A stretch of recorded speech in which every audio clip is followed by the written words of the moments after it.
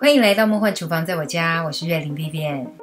今天要跟大家分享的是非常简单的无蛋低脂素食版的沙拉酱。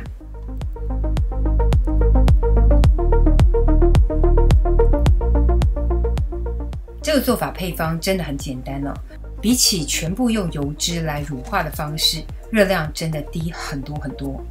想要减低热量摄取的朋友，一定要试试这个配方。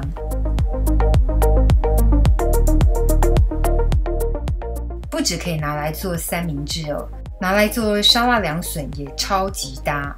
之前分享过的马铃薯综合沙拉也可以运用这个酱料哦。所有的材料配方，大家就自行萤幕截图一下咯。材料配方跟文字食谱的连结，我也会放在资讯栏里面，需要的请自行多加利用。首先呢，先把柠檬挤成柠檬原汁。今天我会运用到2大匙左右。超市也有卖那种现成的柠檬原汁，用那种也可以。不过新鲜的柠檬呢，香气真的比较好。柠檬原汁我们就放一旁备用。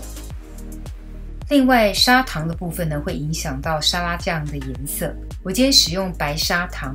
如果是在减重的朋友想要摄取的热量更低的话，可以买零卡的甜菊糖或是罗汉果糖这类的糖哦。天然但是没有卡路里，可以网路找一下。今天的配方呢，加入的油脂量很少，虽然加的少，我觉得还是要用好油哦。我个人不用精制过的油，所以不要问我可不可以用沙拉油。我比较建议使用冷压初榨的好油，像是冷压初榨苦茶油啦，或者是冷压初榨的橄榄油，或是冷压初榨的酪梨油都可以。不过因为苦茶油跟橄榄油的味道稍微重一点，我家小朋友比较不能接受。那酪梨油就没有味道重的问题了，所以我比较建议使用冷压初榨的酪梨油，效果会最好。可以用冷压椰子油吗？因为冷压椰子油呢，在摄氏24度左右就会凝结哦，所以不太推荐使用冷压椰子油。我们先把除了油跟柠檬汁的所有材料混拌在一起。因为淀粉类容易沉淀，所以要搅拌均匀。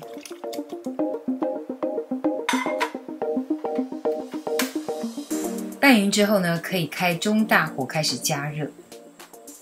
加热的过程呢，也要3不5时的搅拌一下，避免淀粉沉淀。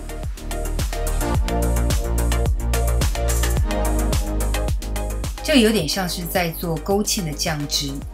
煮到滚沸之后呢，可以再煮个1分钟左右就可以关火。这个基底呢，就呈现像胶水的状态。因为现在还有热度哦，所以看起来比较稀是正常的。接下来把配方中的油脂跟柠檬汁加入。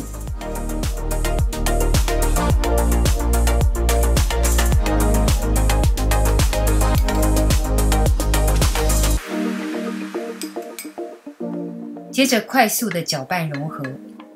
加入的油脂呢，会影响到沙拉酱的颜色。如果加入的油呢颜色比较淡，就会呈现比较淡的颜色。像我加入酪梨油，颜色比较黄绿哦，所以会带着黄绿色。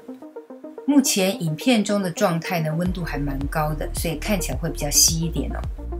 放凉之后呢，就会变得更浓稠一些咯。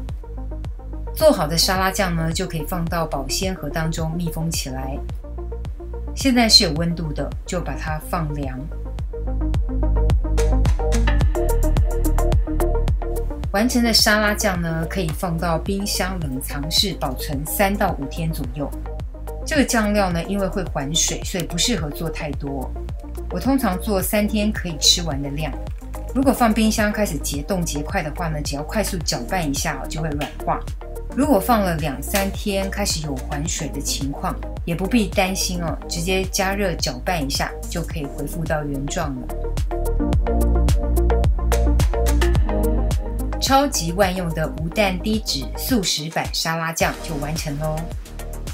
带着柠檬淡淡的清香，酸酸甜甜的沙拉酱真的超好吃。其实这个口味呢，很像素食版的美而美沙拉酱，还多了柠檬的酸跟香，我超级喜欢。推荐给大家，一定要试做看看哦。I try to figure out what's on your mind. If I could, I would give you the whole world. Just let me get close to you tonight. Cause he got me so high. Just watching him time flies. Make love to him day night. I can't get enough. Yeah, he got me so high. Just watching him time flies. 这个就是今天的食谱分享咯。如果喜欢，别忘了按赞、留言、加分享。最新的食谱也欢迎订阅我的频道，更多的生活分享、好物推荐，欢迎加入我的 IG 跟 FB， 还有别忘了开启小铃铛，才不会错过最新影片哦。耶稣爱你，我也爱你，我们下次见，拜拜。